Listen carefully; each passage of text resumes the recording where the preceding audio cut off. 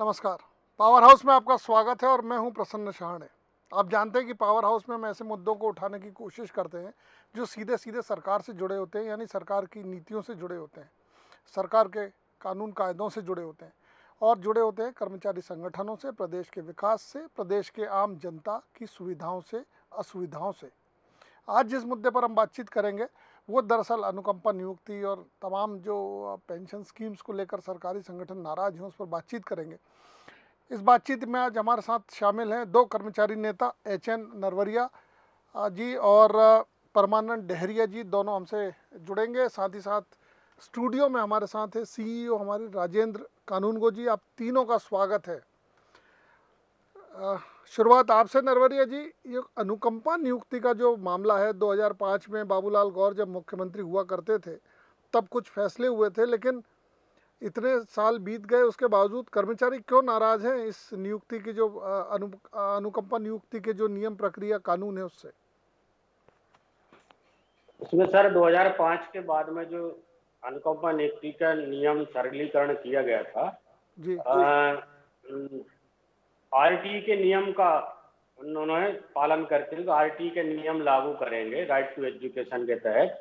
हाँ। तो अनुकंपा नियुक्ति की पात्रता उसी शैक्षणिक संवर्ग, अध्यापक संवर्ग को उसी पे पात्रता होगी जो BEd प्रशिक्षित होगा और हायर सेकेंडरी और ग्रेजुएशन उत्तीर्ण होगा, तब अनुकंपा नियुक्ति उसे प्रावधान रहेगा। लेकिन फिर अनुकंपा का मतलब क्या हुआ? अनुकंपा तो पारिवारिक जो सदस्य जिसकी मृत्यु हो जाती है उसका अनुकंपा मिलना चाहिए, लेकिन RTE के नियम के तहत व्यापम परीक्षा पास हो और उसको प्रशिक्षण योग्यता पास हो तब जाकर उसको नौकरी मिलेगी। ये सारे नियम जटिल कर दिए गए, तो लगभग 3000 लोग अनुकंपा पीड़ित पूरे प्रदेश भर में परिवार घूम रहे हैं। कोई सब्जी का ठेला लगा रहा है, कोई मजदूरी कर रहा है, कोई बच्चे कुछ काम कर रहा है, लेकिन उनको अनुकंपा आज तक नहीं मिल पाई है। तो हम ये मांग शासन से बार बार करते आ रहे हैं कि अनुकंपा नियुक्ति का शिथिलीकरण कर दिया जाए, ताकि कम से कम जो सरकारी कर्मचारी हैं, सरकारी कर्मचारी को तो अनुकंपा मिलती है क्योंकि उनको चतुर्थ श्रेणी के पद पर उनको नियुक्ति मिल जाती है। और जो अनुकंपा नियुक्ति नहीं लेना चाहता है तो 5 साल तक निम्न वेतनमान पे वो 5 साल का उसकी वेतन मिल जाती है। लेकिन शिक्षण संवर्ग शिक्षक कर्मी संबंधित शिक्षक जो है उनको ये सुविधा अप्राप्त है। उनको तो मात्र 1 लाख रुपए दे करके उनको घर बैठाया जाता है। ये हम मांग करते हैं शुरू से। 3000 लोग, लगभग 3000 लोग, जो पिछले साल का आंकड़ा अब ज्यादा हो गए होंगे, तो ये 3000 लोग लगभग अनुकंपा से पीड़ित हैं, उनके परिवार को अनुकंपा दी जाए। ये हमारी शासन से ही मांग है। डहरिया जी, आप क्या कहेंगे? पेंशन स्कीम और RTE लागू होने के बाद जिस तरह से ये सब गड़बड़ झाला हो रहा है उस पर आप क्या कहेंगे? सर, मैं सबसे पहले तो भास्कर न्यूज को धन्यवाद दूंगा जो मध्य प्रदेश के 6.5 लाख कर्मचारी अधिकारी राज्य शासन के कर्मचारी हैं, उनकी आवाज आप शासन तक पहुंचाने का काम कर रहे हैं। आपका जो सराहनीय प्रयास है, इस प्रयास के लिए मैं आपको पुनः धन्यवाद ज्ञापित करूंगा।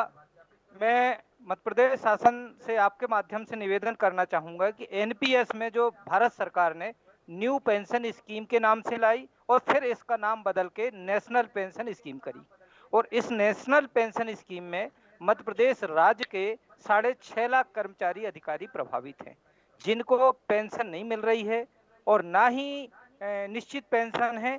और जो जिस प्रकार से हमारी पुरानी OPS था, ओल्ड पेंशन स्कीम थी, इस स्कीम से आने से मध्य प्रदेश के 6.5 लाख कर्मचारी अधिकारी बुरी तरह से प्रभावित हैं। और भारत सरकार ने सन 2003 में इस कानून को लाया था और मध्य प्रदेश शासन ने इसको 2005 में लाए, जिससे हमारे कर्मचारी अधिकारी जो अभी परिणाम जो आ रहे हैं, जो सेवानिवृत्त हो रहे हैं, उनको बहुत कम पेंशन मिल रही है। इससे सारा मतलब कर्मचारी जगत परेशान है। राजेंद्र जी, जिस तरह से अनुकंपा नियुक्ति को लेकर अब सरकार कर्मचारी नाराज हैं, महज लगभग 3000 या 3500 का आंकड़ा हो सकता है मध्य प्रदेश में, लेकिन इसमें सरकार को क्या दिक्कत होगी कि सरकार आखिर अनुकंपा नियुक्तियों में इतना झमेला क्यों कर खड़ा करती है? देखिए, जैसा कि इसका नाम है प्रसन्ना जी, अनुकंपा। अनुकंपा यानी कृपा। कृपा पूर्वक हम आपको जो है ये दे रहे हैं। हालांकि आप इसके पात्र नहीं हैं, लेकिन हम आप पर कृपा कर रहे हैं और आपको ये नियुक्ति हम दे रहे हैं। इसके माने जो है शब्द के यदि निकालें तो इस प्रकार से सामने आते हैं। जी। जब ये नीति बनी थी तब में और अभी में जमीन आसमान का अंतर हो चुका है। नीति ये थी कि निम्नतम पद पर सरकार में, जैसे किसी की मृत्यु होती है कर्मचारी की, अधिकारी की, तो उसके आश्रित या तो उसकी पत्नी या उसका पुत्र को जो है वो अनुकंपा नियुक्ति के नाम से उसको रखा जाता था। जैसे पूर्व में एक पद हुआ करता था निम्न श्रेणी लिपिक, आजकल उसको सहायक ग्रेड 3 कर दिया गया है। उस पद पर वो नियुक्ति दे दी जाती थी ताकि वो अपने परिवार का भरण पोषण उसका सुचारू रूप से चलता रहे और वो अपना दूसरे सामाजिक दायित्व जो हैं, जो परिवार के मुखिया छोड़ करके गए हैं, उनको पूरा कर सके। लेकिन समय बदलते बदलते धीरे धीरे इसमें परिवर्तन आता गया और कुछ नई चीज़ें जुड़ती गई, कुछ पुरानी चीज़ें हटती गई। अब अनुकंपा नियुक्ति में जो है वो ये हो चुका है कि भाई शिक्षाकर्मी के पद पर दी जाएगी या किसी और पद पर दी जाएगी, तो वो जो इस प्रकार से इसको बाइफरकेट कर दिया गया है अलग अलग तरीके से, इसको एकमात्र और एक तरीके से करना चाहिए। अभी हम देखते हैं कि अनुकंपा नियुक्ति जो है वो उसमें भी भेदभाव हो रहा है।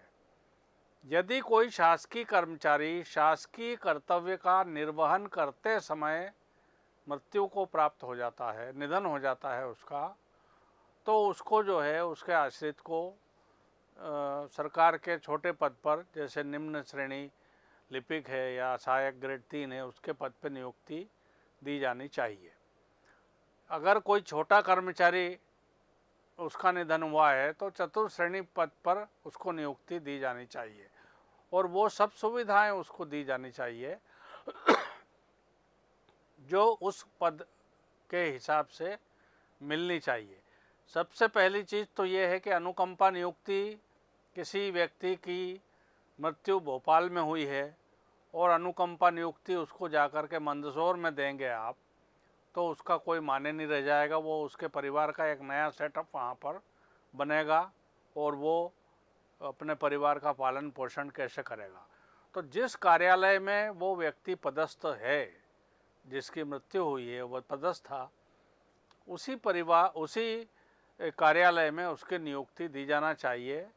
और इतने सारे पेंच जो लगे हैं, ये प्रशिक्षण प्राप्त हो, ये प्रशिक्षण उसने लिया हो, यहाँ तक ये वो योग्यता रखता हो, तो सीधी सी बात है कि जो हाई स्कूल पास है उस व्यक्ति को नियुक्ति दे दी जाए और उसके पश्चात उस पर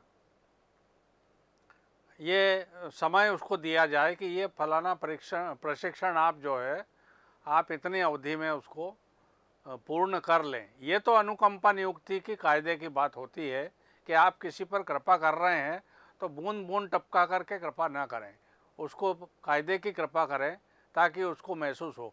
अन्यथा ये अनुकंपा नियुक्ति की जो प्रथा है इसको समाप्त कर दे सरकार, तो आदमी उसके भरोसे नहीं रहेगा, अपने हिसाब से वो चलेगा।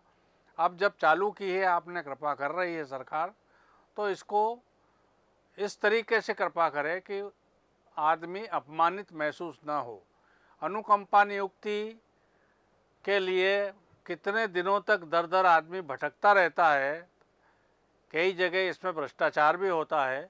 तो ये सब चीज़ें ख़त्म करके अनुकंपा नियुक्ति उसको, जिस प्रकार से रिटायर्ड आदमी को अंतिम दिन में आप उसके पेंशन के कागजात और तमाम दूसरी जो उसकी देनदारियां हैं उससे संबंधित कागजात आप देते हैं, उसी प्रकार यदि शासकीय कर्मचारी अनुकंपा नियुक्ति की पात्रता उसका कोई पुत्र या पुत्री रखता है तो उसको एक पर्टिकुलर अवधि निश्चित कर दें कि 1 माह 2 माह के अंदर हम इसको अनुकंपा नियुक्ति का आदेश दे देंगे और वो संबंधित जगह पर जा कर के ज्वाइन कर ले और अपने परिवार का पालन पोषण ठीक से करना शुरू कर दे। होना तो यह चाहिए, लेकिन अब ये इसमें इतने सारे नियमों में उसको बांध दिया गया है कि उसका जो वास्तविक लाभ है वो उस परिवार को नहीं मिल पाता है जो परिवार उसके लिए पात्रता रखता है। नरवरिया जी, इसमें जो शिक्षा का अधिकार कानून है ये क्या गड़बड़ झाला कर रहा है, थोड़ा समझाइए ना इसको।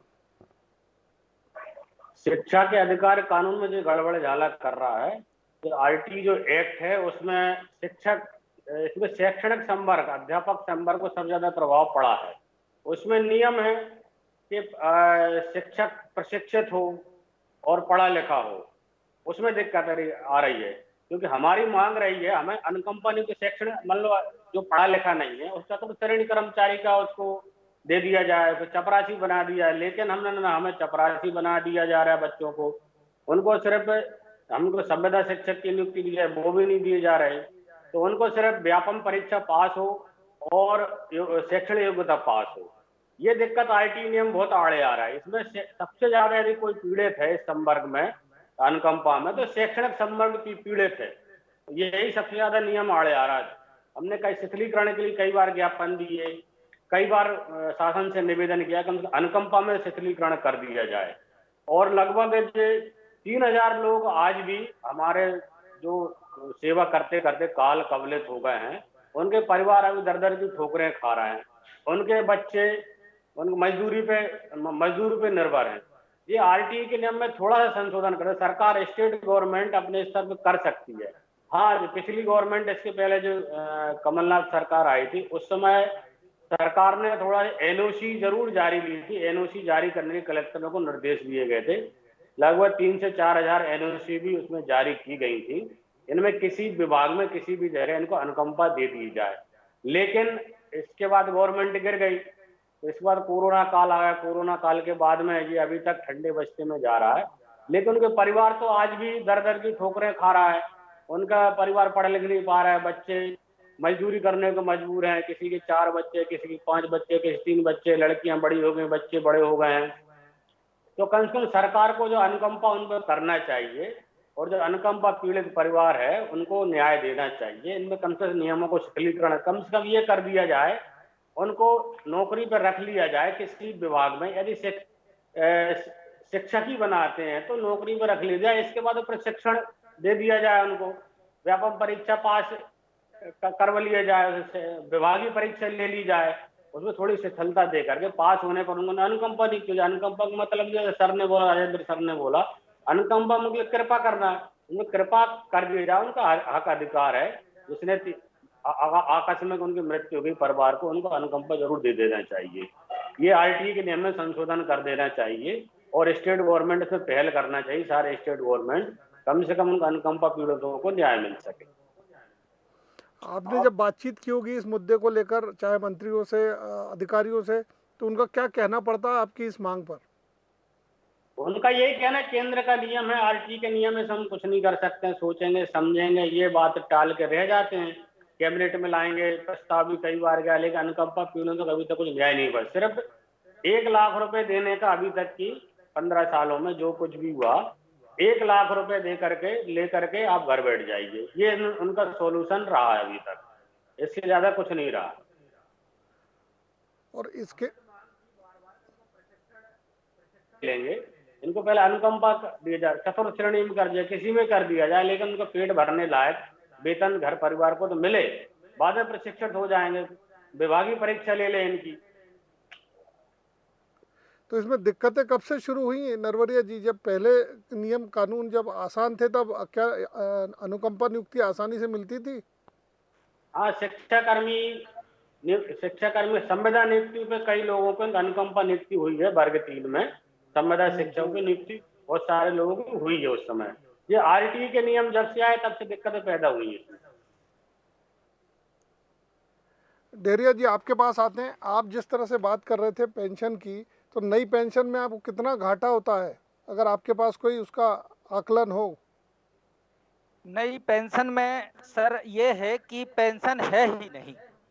ओपीएस में, ओल्ड पेंशन स्कीम में न्यूनतम पेंशन 7,000 से अधिक थी, और न्यू पेंशन स्कीम में आज हमारा जो कर्मचारी सेवानिवृत्त हो रहा है, जो उसे 1500 1,000 रुपये पेंशन मिल रही है। वर्तमान में जो अधिकारी 80,000 रुपये पेंशन लेकर सेवानिवृत्त होता है, उसकी पेंशन जो शेयर बाजार आधारित है, जो उसे 40% में जो लागत पे जो पेंशन बन रही है, फिक्स पेंशन बन रही है, वो पेंशन सिर्फ और सिर्फ 1,1500 रुपये बन रही है। अभी तक के जो सेवानिवृत्त हुए हमारे कर्मचारी अधिकारी है, उनका पूरे मध्य प्रदेश का यही आंकड़ा आया है।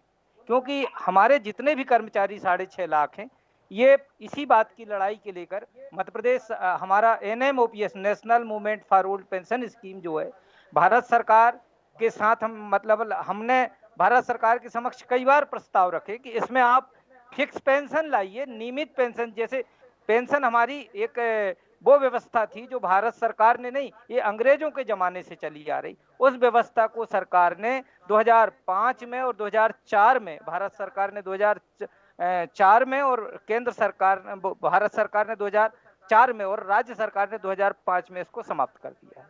तो इसी पॉलिसी को लेकर के हमने आंदोलनरत हैं। पूरे भारत के कर्मचारी 60 लाख और मध्य प्रदेश के 6.5 लाख कर्मचारी आंदोलनरत हैं, और जितने भी कर्मचारी सेवानिवृत्त हो रहे हैं, उन कर्मचारियों का जो पैसा है, मतलब मध्य प्रदेश सरकार जो अपना वेतन और महंगाई का हमारा 10% और मध्य प्रदेश सरकार का 10%, ऐसे 20% राशि शेयर बाजार में लगाती है, प्रति माह लगाती है। जब हमारा फिक्स वेतन सरकार दे रही है, तो 10% देने का आशय यही है कि हमारे जो सामाजिक जिम्मेदारी एक कर्मचारी की जो सेवानिवृत्ति के बाद बनती, वह जिम्मेदारी निभा रहे। जब वो अपना अंशदान दे रहे हैं, तो ऐसे कर्मचारी के लिए जो 40% में 40% राशि में जो अंशदान पे हमको पेंशन मिल रहा है, वो तो फिक्स हो गई, और उसकी कोई निश्चित राशि नहीं है। और वह पैसा हमारी जो है UTI और SBI और LIC 3 जगह कंपनियां के माध्यम से शेयर बाजार में लगेगा, और शेयर बाजार का मेंटेनेंस भी कर्मचारी के वेतन से होगा। यदि कोई कंपनी डिलिस्टेड हो जाती है, तो वह पैसा हमारा डूब जाएगा, और हम जिस दिन सेवानिवृत्त होते हैं, हमारे कर्मचारी को किसी प्रकार से तत्काल में PPO जारी नहीं होता, ना ही उनकी पेंशन। मुझे मान लीजिए आज मैं 50,000 रुपये मेरी अंतिम वेतन है, तो मुझे दूसरे दिन में बेरोजगार हो जाऊंगा। जिस दिन मैं सेवानिवृत्त होऊंगा बेरोजगार, मुझे 6 माह के बाद में मुझे उम्मीद ही नहीं है कि 6 माह या 1 साल बाद मेरी पेंशन स्टार्ट होगी, और मुझे जबकि पुरानी पेंशन पॉलिसी में 50% राशि मिलना थी, और आज इसमें कोई निश्चित नहीं है कि आपको क्या राशि मिलेगी। ये मतलब NPS की मध्य प्रदेश शासन की, और इसने मध्य प्रदेश शासन ने क्या, भारत सरकार ने इसको नेशनल पेंशन स्कीम के लिए लाई है। और सबसे बड़ी विडंबना इस बात की बन रही है नेशनल पेंशन स्कीम में कि केंद्र सरकार के नियम अलग हैं और राज्य सरकार के नियम अलग हैं। अभी हमारे जो कुछ कर्मचारी अधिकारी आकस्मिक मृत्यु को प्राप्त हो रहे हैं सर, उसमें केंद्र सरकार के मृतक शासकीय सेवक के आश्रित परिवार को परिवार पेंशन है, और जबकि राज्य सरकार के कर्मचारी के मृतक शासकीय सेवक के आश्रित परिवार को पेंशन है ना, अनुकंपा है। अब ऐसे में परिवार पेंशन ना होने के कारण जो परिवार आकस्मिक, चाहे वो कोरोना काल में खत्म हुआ हो, चाहे वो ड्यूटी पीरियड में खत्म हुआ हो, किसी भी प्रकार सेवा काल अवधि में खत्म हुआ, उसे किसी प्रकार की पेंशन नहीं है, ना अनुकंपा नियुक्ति नहीं। RTA के आ जाने के बाद में तो पेंशन में अब उसको कहना चाहिए पात्रता परीक्षा देना पड़ेगी। उस पर यदि उस परिवार का सदस्य यदि मान लीजिए कहना चाहिए B.Ed या D.Ed है, तो उसके मतलब अनुकंपा शब्द की मूल जो भावना है मध्य प्रदेश शासन की, उसको खत्म कर दिए हैं। और अभी एक प्रयास जारी हुआ था कि आप 1 लाख रुपये ले लो, ताकि आपकी अनुकंपा नियुक्ति की पात्रता जो आप डिमांड कर रहे हैं, या संघ के माध्यम से या किसी भी सरकार के समक्ष आप बात रखते, तो इसको मध्य प्रदेश सरकार ने खत्म कर दिया। 1 लाख रुपये ले लो और घर बैठ जाओ। किसी भी तरीके से इस अनुकंपा नियुक्ति के केस को डिस्पोजल करना था। ऐसी विषम परिस्थितियां NPS में हैं, और हमारे 6.5 लाख कर्मचारी प्रतिदिन कहीं ना कहीं कोई ना कोई एक ना एक घटना हमें सुनने को मिलती है, कोई ना कोई व्यक्ति प्रभावित हो रहा है। ऐसी परिस्थिति में हम आपके माध्यम से मध्य प्रदेश शासन के समक्ष ये निवेदन करना चाह रहे हैं कि आपने यदि वर्तमान में यदि एनपीएस लाया है, नेशनल पॉलिसी लाई है, नेशनल पेंशन स्कीम लाई, तो उसको 100% ला देते। भारत सरकार यदि 14% आपको अंशदान दे रही है, तो मध्य प्रदेश सरकार ने आज तक अपना अंशदान 10% ही रखा है। ऐसी परिस्थिति में ये नेशनल पेंशन स्कीम को राज्य सरकार पालन नहीं कर रही है, जबकि नेशनल पेंशन स्कीम में केंद्र सरकार के कर्मचारियों को मृतक शासकीय सेवक के आश्रित परिवार को पेंशन है, तो परिवार पेंशन है, तो हमें पेंशन क्यों नहीं दे रही है। मैं आपके चैनल के माध्यम से मध्य प्रदेश शासन से निवेदन करूंगा कि इस बात की मध्य प्रदेश शासन माननीय शिवराज सिंह जी चौहान तत्काल इसकी घोषणा करें, ताकि हमारे कर्मचारी इस मूल भावना का लाभ ले सके। धन्यवाद सर। राजन जी, एक तरफ खाई एक तरफ कुआं वाली स्थिति कर्मचारियों के साथ है कि अगर ऐसे डिजास्टर का समय जो चल रहा है, महामारी चल रही है, मान लो इसी दौरान कोई घटना दुर्घटना में कोई कर्मचारी का निधन होता है, तो एक तरफ तो पेंशन से मारा जाएगा, दूसरी तरफ अनुकंपा नियुक्ति की पात्रता नहीं है। ऐसे में क्या लगता है जो सरकार होती है, जिसका जिम्मा होता है समाज को चलाना, देश को चलाना, प्रदेश को चलाना, तो संवेदनशीलता कहाँ दिखाई देती है? संवेदनशीलता आवश्यक है, इसमें कोई दो मत नहीं है। और यदि पेंशन शब्द का हम इस्तेमाल करते हैं, अनुकंपा नियुक्ति का यदि हम शब्द इस्तेमाल करते हैं, तो ये सभी पर लागू होना चाहिए। अभी जैसा सामने आई बात कि नेशनल पेंशन स्कीम है, तो राष्ट्र में, पूरे देश में, हर राज्य में एक जैसी नीति पेंशन की बने, राज्य अपने अपने हिसाब से उसको परिवर्तित न करें, केंद्र से जैसे गाइडलाइंस प्राप्त हुई है उस प्रकार से करें। दूसरी एक बात और है कि पेंशन जो है सभी के लिए है, बराबर है। जनप्रतिनिधियों को जो पेंशन मिल रही है वो पेंशन, और एक कर्मचारी जो 30 वर्ष, 35 वर्ष, 40 वर्ष की नौकरी करता है उसकी पेंशन, तो पेंशन शब्द एक जैसा है। तो उसी प्रकार की भावना को ध्यान में रखते हुए यहाँ पर भी इस प्रकार की व्यवस्था हो कि दोनों में समानता एक दिखाई दे। ऐसा न दिखाई दे कर्मचारी को, आम जनता को, कि हम दोनों में अनेक प्रकार की भिन्नताएं हम देख रहे हैं। और अनुकंपा नियुक्ति में भी जैसे माननीय कोई विधायक जी की या माननीय सांसद जी की किसी कारण से निधन उनका हो जाता है, तो उनके परिवार के किसी सदस्य को, जहाँ तक हो सकता है पुत्र या पुत्री को, अवसर दे करके और फिर से उसी में प्रवेश राजनीति में करा करके उस पद की ओर उनको ले जाया जाता है। ऐसे हजारों उदाहरण हैं, सैकड़ों नहीं, हजारों उदाहरण हैं। तो अनुकंपा नियुक्ति में भी हम, कोई भी कर्मचारी ये नहीं चाहेगा कि मैं अंडर सेक्रेटरी के पद से रिटायर हुआ तो मेरा बेटे को भी सीधा अंडर सेक्रेटरी बना दिया जाए। बिरले केसेस ऐसे हैं जिनमें कि बड़े पदों पर अनुकंपा नियुक्ति दी जाती है, वो ठीक है, लेकिन कम से कम उसकी इतनी आशा तो रहेगी कि मेरा